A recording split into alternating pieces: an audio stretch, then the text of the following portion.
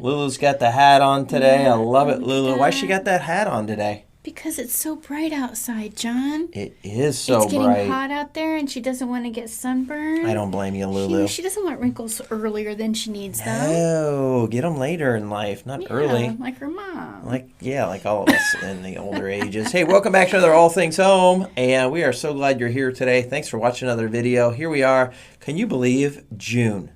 Can you believe that? Already in June? This year, I know we say this every year, but this year is... Whew.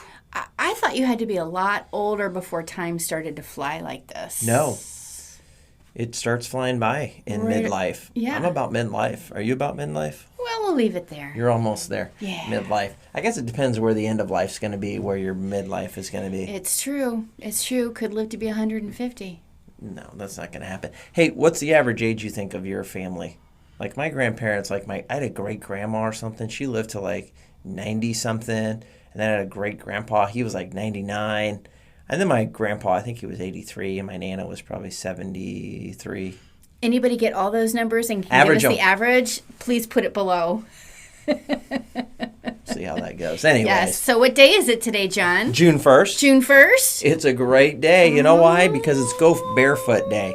Have you ever just taken your shoes off and just walked through the meadow? We don't have meadows in Southwest Florida, but we have beaches. Have you ever taken your shoes off and just walked at the beach barefoot? The beaches, yes. The grass here, no, there's stickers and such. But the beach? Thanks. The beach, yes. And we even have a beach that encourages you to take your shoes off. Did you know that? I think it's called Barefoot Beach. There it is. And it's down here in North Naples, and down also in Bonita is where it meets.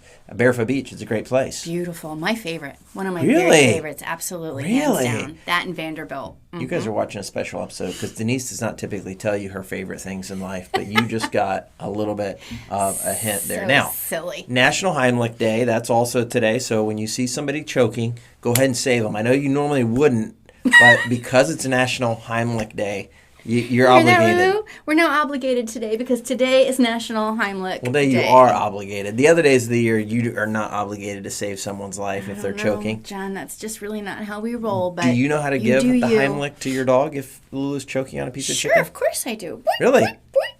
Is that really how you do it, you think? Goes. Oh, I didn't know that. Are you making that up, or do you really know how to do it? I'm totally making it up. I have no idea. Although I've taken CPR class for humans, but... Well, that's a little different than a dog.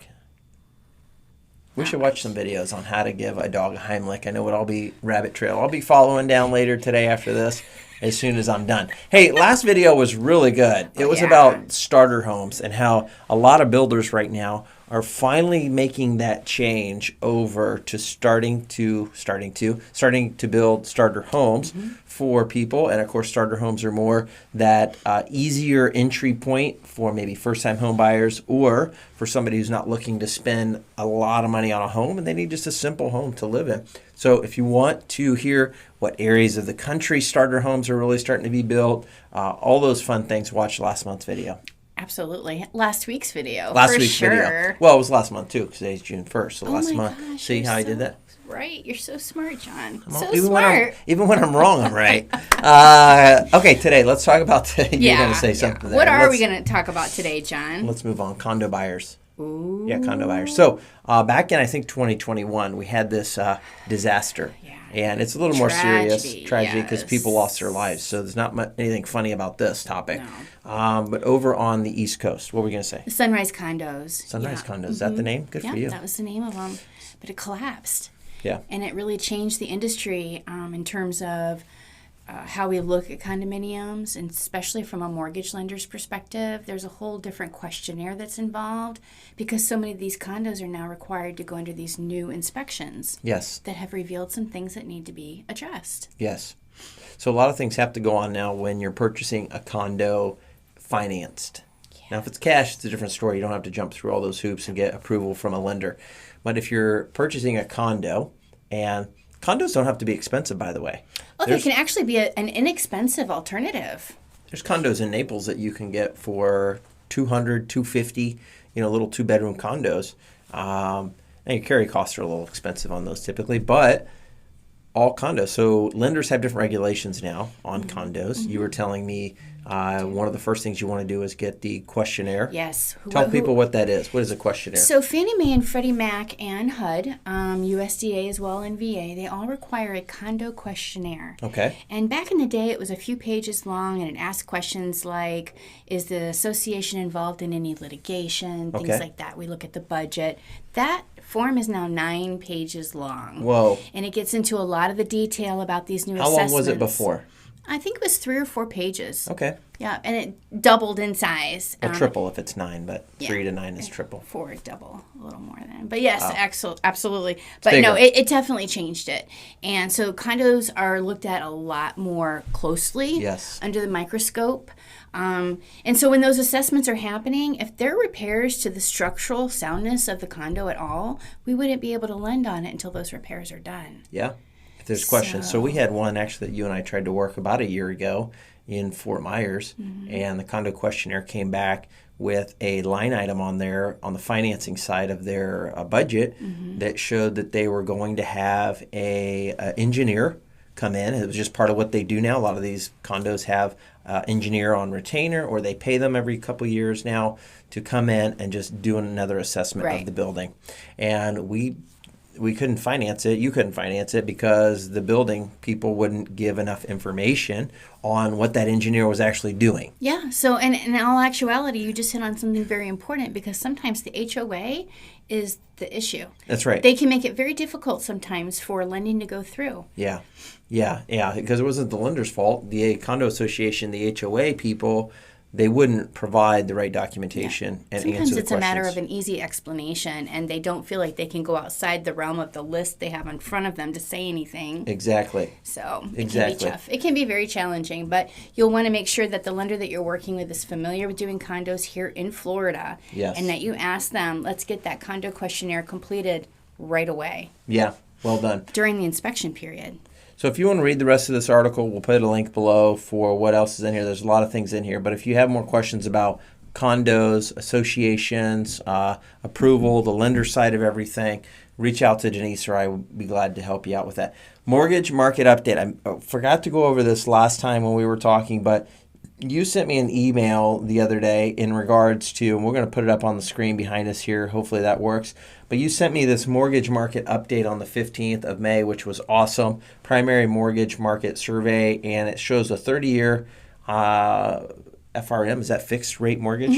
Man, I'm learning these terms. You're so good, John. Hopefully you can see it behind me here somewhere. But it's 6.35 is what it shows here, 15, 5.75. Talk about this real quick. What do we have going on? What's this article talking about? Well, it just reinforces what I've been saying all along. The rate of inflation is finally coming down. The housing costs are plateaued. Okay. Interest rates, mortgage interest rates have reached their peak, and they are now leveling off. Nice. We love that. And when we get the new CPI number this month for June, we're going to really start to see the interest rates come down. Mortgage rates are going to come down. It's going to be a very exciting summer. Ooh. And when people ask me how the market is doing, instead of saying dramatic, like I have since COVID, I can say exciting. Ooh, nice new. Is that an adjective? Those adjectives you're changing up? I'm just making up words as I go along. You sound like that old show my kids watched where you had the spider and the spider would put things in its web and Charlotte's Web and it would say, give words for the pig. Oh, yes. That's what you're doing. You're giving words for the mortgage. mortgage. Greetings and salutations, as Charlotte would write in her web. Exactly. So that's what Denise is doing. It's going from one to the next. Hey, listen, we're talking about summer, okay? Here in Florida, in the summer, we have this thing called heat. Lots of it. Have you ever felt the heat in Florida? A couple, 2-3 times. I don't know. Now, people say if you can't stand the heat, get out of the kitchen. But I say if you can't stand the heat, get out of Florida. Or just go into your air-conditioned house. Yes. And here's why I want to talk about that. Because we have a friend, Chris, right? Chris is a wonderful guy. Chris is actually going to help people with their heat using the sun's heat to provide energy. And save you on your electric bill. That's right. Chris Coldiron is the solar king. He's the one I'm talking about. He did a presentation for us at the network. And my gosh, the rate of increase in the power, even with FP&L, is way more than they said it was going to be. They're already over their promises. So shooting out the roof. get rid of the power company. My electric bill has gone up a lot over the last couple of years. Of course, part of it is I'm plugging my car into my house now, so it has to charge there, but that's a big cost. But anyways, FPL, Duke Energy, and TECO, I think he went over how all of their increases have been massive, anywhere from 30 to 45% over just the last 2 years. Yeah, and FP&L was one of them, right at 50%. It's crazy. So anyway, so if you want to help cut down on your energy costs, give Chris a shout. We're going to post his information below, maybe behind us here if we get that techie. And you can reach out to Chris. He would love to just give you his understanding of your electric bill and how he can help you save some costs there and also help you. I talked about how it would help with the increase of value of your home and help your home sell faster, which I thought was pretty interesting. That's huge. And don't forget, the power that you make that you don't use, you get to sell it back to FP&L. Sell it. Get whoever them your power suckers. company is. Get them Yeah. suckers. Sell it back to them. Super Sell cool. it back high, too. Charge them what they charge you. That's right. Make up I'm for all not sure that that's time. possible. But anyways. All right. Hey, guys. This was a great episode, Denise. My favorite. Really? Oh, I was thinking the same thing. If you haven't yet, hit the like and subscribe button below. Lulu would love that. She's starting to fall asleep. She's a little low on energy today. Hit the like for Lulu. We would love that. And post a comment or question below. If there's anything specific in regards to homes as well, too, that you'd like Denise and I to cover, we'd be glad to do that for you as well, too. We've been doing this for quite a while. How long have you been in the mortgage business? My you allowed to first say that? Florida mortgage broker license was dated October 1997. Wow. You've been doing it a long time. I started in elementary school. She started when she was 4 years old. That's fantastic. All right, guys. Thanks for watching this video. Hope you enjoyed. We'll see you next week, and happy June. Happy June.